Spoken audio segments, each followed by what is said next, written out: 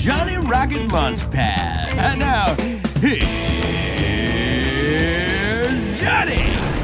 Hey, it's Johnny Rocket here at the Johnny Rocket Launchpad, launching ideas in your direction. The Northwest's only rock and roll libertarian radio show. I'm here with my co-host, Mr. Curtin Nelson. Yes, sir. Voice of reason, the beautiful Heather Nixon. Hello. And we're here with our very special guest, Mr. Mack Worley from On the Move, onthemoveshow.com. Is that correct? Yeah, onthemoveshow.com, or you can check me out on Spreaker.com/onthemoveshow. Our next segment is infamous already. It's called Rocket Fire. And what we do here on Rocket Fire. It's my favorite. Okay. It's my favorite. I love this part. You got to say that. I love this part. Anyways, so we're going to do Rocket Fire. I'm going to ask you a series of 10 questions. If you can answer these questions between 30 to 60 seconds, that'd be great. You ready to rock and roll? Ready to play Rocket Fire? Let's do it. Bam. Rocket Fire! Question 1. Can you name at least 3 Supreme Court justices? We got Chief Justice John Roberts, Scalia. I think his name is like Anthony or Antonin or something like that. Okay. And there's Ruth Bader Ginsburg. There we go. Okay. Question 2. Can price gouging be good? Yeah, it can definitely be good. I mean, you're talking about free market. So Yes, free market shit. In a case of emergency or something, somebody's price gouging, let's say gasoline, that would mean that there would be less gas bought by one individual customer, most likely. So there would be some left over for others. In addition, there would be, it's a free market solution because, that guy, his whole job, his business is to make as much money off of his products as he can. So, and you as an individual customer, you could choose to go somewhere else. If you want a comparative shop, that's fine. But if he is the only guy in town that's selling that gas, it's supply and demand. He should be able to charge whatever he wants. Question 3. What is the longest a president can serve? How many years? 8 years, 2 different terms of 4 years each. I can't make this go any longer. Okay. Can we discuss that? Or Actually, we can talk about that later. 5, are teachers underpaid? Are teachers underpaid? Yeah. I would say no. They aren't underpaid in general. Now, I mean, I guess somebody may think that their services are worth more than what they're getting paid for, but there is nothing stopping them from going to go get another job somewhere else, maybe in the private sector, especially if you're getting money from the public. We're talking free market here, so no one's forcing you to get paid what you're currently paying. And if you are receiving a paycheck, that is what you're worth because that's what you've accepted. So I don't think that you're underpaid. Right on. Lawsuits make the world a safer place. I don't know. I mean, that one's a tough situation. I think lawsuits can clear up disputes, and I think sometimes disputes can't be settled at the lowest level. Sometimes there will be situations where you do need somebody to come in and resolve it between 2 parties. So yes, they can make the world safer, but we have become quite a litigious society recently, and I think that some things are going overboard. Some of these situations could just be handled at the lowest level, and some have really no need for anybody else to get involved. Question 7. Can revenge be good? Revenge is a dish best served cold, I believe. But I tried to say that evilly too. Yeah. you did. It was good. All right, thank I'm you. wringing my hands right now. I don't really. I'm a pacifist myself, so I'm not really big on the whole revenge thing. I kind of believe in the whole turn the other cheek kind of situation. But Okay. Sometimes when you're talking about an eye for an eye kind of situation, it can be good. For example, if we are attacked by another nation, attacking that nation back can be good for us because we can prevent them from attacking us again, and we can also discourage our other enemies from assuming that we're weak and we can just be attacked without anything happening to us. 8. If a private company receives money from a government, then should they be subject to the rules of that government? I mean, it depends on what rules you're talking about. Now, if subsidies. So if, let's say, a company, for example, got a bailout, and that was public money, so I don't think that company, in normal cases, I'm actually a fan of companies being able to assert their freedom of association. So I think, there's a lot of stuff going on right now with the RFRA in Indiana and stuff like that. So I think that companies should be able to discriminate if they want, and I think they should be held accountable for their words and actions. So if you are a bigot and you want to just not, provide somebody a service because of their race or their sexual orientation, then you should be held accountable for that. But you should be allowed to discriminate. So I think that is I think it's a good thing to have that kind of discrimination. But we should be able to hold them accountable. Free market solutions should be able to get them. But if they're receiving public money, they shouldn't be allowed to do that because you are on the government teat now. And as being on the government teat, you can't discriminate against the public that funded you. So that's where I stand on that. Badass, dude. Number 9. Which hand does the Statue of Liberty hold the torch? Let me see here. Right hand, right? And then she got like a book or something in the left? Yeah. All right, number 10. What are some reasons to oppose Common Core? Ooh. And we can go into overtime if you want on this one. Yeah. I mean, this one's going to take probably a little more than 30 seconds. But Common Core for me, this all goes back to that experiment that I was talking about as far as within states. Okay, so first of all, I think that the federal government has absolutely no place in education. So we're talking about a blanket standard over all these states. And basically what you're going to produce is a bunch of drones who all are meant to think the same.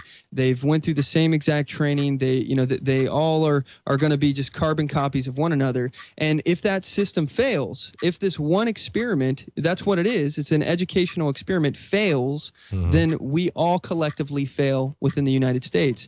Just like it would if we were a national government, every state was run by the federal government. If that government failed, we all fail. But like our founders, again, it was so genius. It's a genius experiment that they created. If our states are allowed to run the states the way that they want to, they can run their education system the way that they want to. We don't have to worry about a mass failure because we're all running the same standards. We'll get different thinkers, people who were trained differently, taught differently, different backgrounds, different school experiences, coming up with different ideas. And that diversity, I think, is really beneficial. In addition, people in the states, what you need.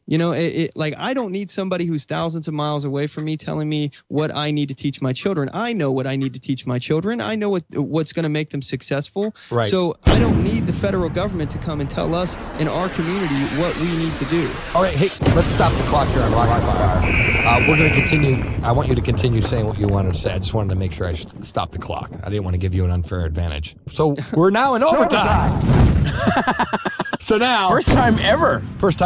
No, this was a kind of a tough question, so I figured it's a great one too, and I love where you're going with this. I really do. Keep going, man. I'm sorry. I just wanted to make sure that was we stopped the clock because then it was like that guy got like 20 minutes. What the fuck? Well, no. But I mean, as far as this whole thing, it is an experiment. When you're conducting an experiment, you want as many different controls as possible. So if I was going to do an experiment on a lab, on lab rats, I wouldn't just pick one and be like, oh crap, it died. Right. No, totally. Bummer. Yeah. So I would want, as many as I can. And in this case, the states are lab rats, that we're doing different things with all 50 of these different states and seeing what works. It's kind of like mixing audio. You turn a few knobs here and there, get the right sound. There we go. We got it. And then once you get it, that becomes the blueprint for these other states, these other experiments to learn from. They can learn from your mistakes and failures, or they can learn from your successes and emulate it. Well, here's a couple of follow-up questions. How is it bad for parents? How is it bad for teachers? And how is it bad for taxpayers? Oh, okay. So Common Core. For parents, I think that was your first one, right? Yeah. Okay. Parents have less of an ability to have flexibility in their children's school. Right on. And again, it is a standard, and that some kids may not work well with these kind of standards. Some kids may be different kind of learners, and then going to the teachers, the teachers now have these arbitrary standards. Kids aren't being taught to succeed in the real world; they're being taught to pass a test. And I don't know how it is with you, Johnny, but when I was in school and taking tests and stuff, as soon as I was done with that test, I dumped all that information. It was gone. So there may be stuff that retains, but we need to not just teach our kids how to test, but have these teachers pass along their passion for teaching to these kids, so the kids get a passion for learning, not just cramming all this information in their head so they can come up with the right answer on a multiple choice test. That's not what learning is about. Learning is about educating yourself, and it's more about learning to think. Right. Think critically. Well, it's not rote memorization, meaning I'm just not memorizing. That's what we had to do in the military especially with the checklists and emergency procedures that we had to memorize before we even got in an aircraft. And then we got in the aircraft, and now I'm like, what the fuck? Why did I learn this? Because I don't understand why I was learning this. But then you understand. Then you actually get to the point to understand why you are doing it. And absolutely. So you can know all these words and terminology, but if you don't know the meaning behind those terms and wording, it means nothing. So the actual concept, understanding why you do what you do, then I guess reinforces the rote memory. But everyone's different, though. As far as, for the taxpayers too, that was another thing I didn't get to. Like I said, this is all contingent on it if this succeeds or fails, and we're going to pump in all this money to a program that could potentially fail and set our education system back on a national level if it did fail. I just think this is a big mistake, and it's a waste of taxpayer monies. Allow the communities to come up with the kind of education program that they want. And I don't even think it's a matter of allowing. It's their right. It's their children. It does not take a village as far as the federal government to raise a child. Those children belong to the parents. What about the children, though, man? What about the children?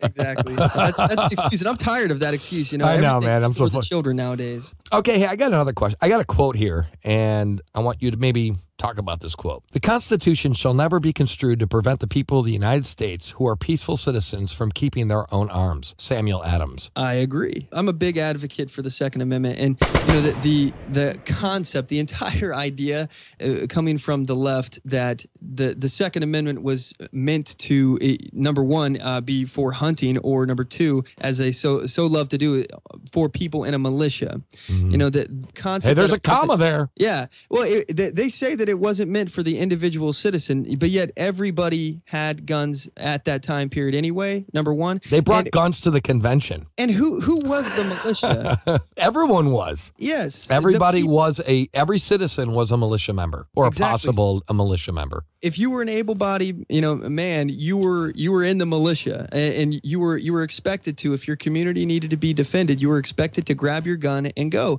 And those weapons weren't provided from the government. Those were their own individual weapons. Right. No, I'm with you, man. Here's another quote. Ideas are more powerful than guns. We would not let our enemies have guns. Why should we let them have ideas? Joseph Stalin. That is a good quote. I like that. Yeah, so that's powerful, though. I mean, it goes to show you that the people who were the most tyrannical were in favor of the strictest kind of gun laws, and he was absolutely right. Ideas are more dangerous than guns, for one. Just look at the whole idea of liberty. And you cannot kill this idea. I'm telling you, it doesn't matter how bad things are going to get in our country. Once this kind of thing is taken root, it spreads, and once you know what freedom and liberty is, the ability to, control your own destiny, you want that, you need that. And that's why it's called natural rights, because it feels right and natural, and people naturally will gravitate to that. Okay, I'm going to do a new segment here. I'm going to make this up on the spot. Whoa, really? Yep, we're going to do it. And it's called What Would a Liberal Ask? All right, so I'm going to play the role of a progressive liberal. Okay. Hi, my name is Jacques, and I'm very deep. Jacques? Jacques. All right. Oh, no. So it's Jacques. Jacques. Okay. Yeah, I get it. I get it. So, why would, having teachers armed with guns be, safer for the children? By allowing, guns in school, it would increase gun deaths, dude. Okay. That was Jacques. Okay, Jacques. All right, so... Let's go ahead and just talk about this. I'm a big fan of allowing teachers to arm if they choose to arm. And I think it's better in a school environment if it's concealed. I'm a big fan of open carry, so don't get me wrong. But in this environment, I think it would be kind of an element of surprise. It's a deterrent. You never know what teacher's going to have the gun. In addition, kids won't know that their teacher has a gun on them, so they won't be able to take it from them if they don't know it's there. I think this whole idea that of people fearing this inanimate object is just ridiculous. This object will allow people to literally fight fire with fire instead of the stuff that they are taught now is astoundingly stupid. Stay in the classroom, turn off the lights, lock the door, and throw a desk in front of it and hide and hope that he just doesn't come into the room and kill all of you. I mean, that is the worst kind of deterrent. It's a soft target. Let's harden these targets. Or throw cans at them. Yeah. Throw cans of tomato soup. People wouldn't have any problem. At least most people, I would think, would not have a problem with putting an armed security guard in their school. That happens all the time already. So why not let the people that are there with the children that have the biggest reason to protect these teachers? A lot of these teachers consider their class like their kids. Right. So why not? Dude, totally. Why not let these people protect the kids? Right. Oh, dude, you're racist for saying that thing, man. Dude, shut up, Jacques. Dude, you're racist, dude. Okay, so like you libertarians, man, you tell people to blame the individuals, not the gun. But like you guys will like blame Hollywood people for making action flicks, man. So what the fuck?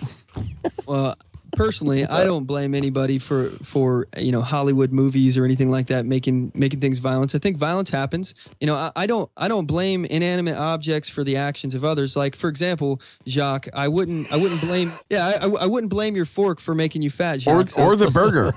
Yeah, that was your individual decision, and you will receive all the blame for that. And just like if somebody commits an act of violence, there's obviously something going on with that person, either mental illness or they're just criminal intent. Maybe they just don't give a crap about others and they want to hurt people. That is an issue that I don't think it will matter if you ban a gun or whatever implement that they choose. If they want to run you down with a car, it's not the car's fault. It's not the fork's fault. It's not the gun's fault. Right. Okay, man, whatever. What does the NRA do? And like they have like a responsibility to society and shit. So what do they do? NRA is the National Rifle Association. They are, I would say the biggest gun organization, pro Second Amendment organization out there. I'm actually a life member, but personally, I've got my beef with the NRA. I feel like they play the politics game, and they obviously pick the fights that they think that they can win, and they kind of do cost-benefit analysis on things. But at the same time, I kind of feel like in a lot of ways, and any NRA members out there, this is not to disparage the organization. Like I said, I'm a member of it, and I want to change this about them from the inside. I mean, right, dude. Yeah, so... I feel like some of the things that they do, like for example, I-594 or I-591, we knew this stuff out here was going to be a problem, but the NRA really didn't get their hooks in on this situation. We got hosed, and now we're paying the consequences. If NRA would have paid more attention to it then when it was happening, and they knew all about it, but they decided not to get involved. And I think it's one of those situations where they're like, see, you need us, you need the NRA. They're coming after your guns. And they didn't do anything to stop it. Because they're dangerous, man. I don't know. Just making this shit up, dude. Is there any gun that you shouldn't own? Personally, I like an RPG is cool? I believe in the right to bear arms. I think if you can bear it, you can carry it. I mean, that in my opinion, you can carry it, motherfucker. The only, for me, and this is just... I honestly like the idea that if the government can have it, you can have it, and I'm pretty extreme when it comes to my viewpoints, and I understand that everybody will likely not agree with me. I think if the government can have a tank, why can't I? The Second Amendment was put there as a hedge against tyranny, and if I don't have the same weapons that my government has, how can I become an effective hedge? More importantly, if I can understand the constitutional argument against owning a tank. I can understand that if they used it properly. Like, for example, if they say, well, you can't bear a tank bears you, that would be the proper justification for that, because I have a right to bear arms. But if I can't pick up the tank, I can't bear it. Right. But personally, I disagree with that. I think, What if you're really strong, though?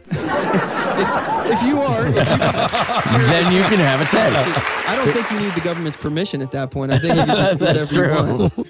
Why is it counterintuitive to most Americans about the gun-related problems by solving gun problems with more guns? I will disagree with the premise of the question, I guess. I don't think that it is counterintuitive. I think that it actually makes people safer to have firearms on them, and that's just me. But statistics back it up.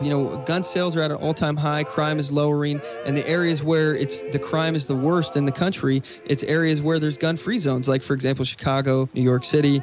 And the list goes on. I mean, it's and even places it's going to get worse too. But I think before it gets better. Yeah, well, who knows if it'll get better? But I can tell you that the areas that are the safest in the country are areas that have the most guns per capita. Right. So if you're talking about the ability to defend yourself, you're much safer to having a gun with you. And in addition to that, it's a safer community where everybody is armed, or you don't know who's armed. The criminals.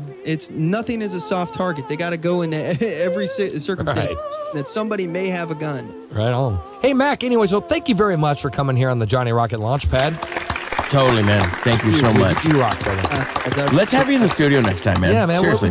We can have some beers. That would be fun. And you can count me in next time. Yeah, I mean, if you want to. I mean, I was just figuring I'd save you a drive. Oh, it's no. kind of a fucking trek. Are we gonna see you down at the convention this year in May? It is a possibility. I'm not sure. And right now everything's kind of up in the air with the schedule. So we'll see. I guess. I hope so. Yeah, man. We'd like to see you out there. I think it's May 31st. I'm not 100% on that date. Heather? Yeah, May 29th. May 29th.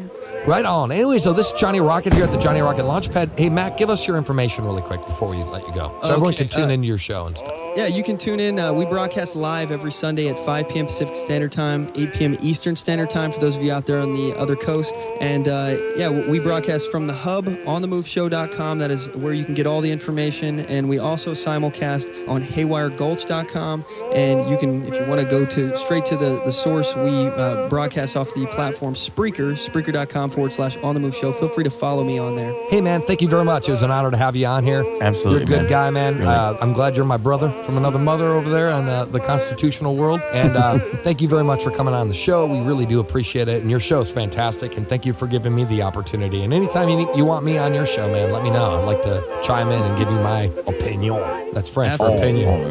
Absolutely. I'll take you up on that. And thank you. The honor and pleasure is mine. Thanks again for having me, guys. All right. Absolutely, thank you very man. much, brother. Johnny Rocket here, Launchpad, launching ideas. Be right back.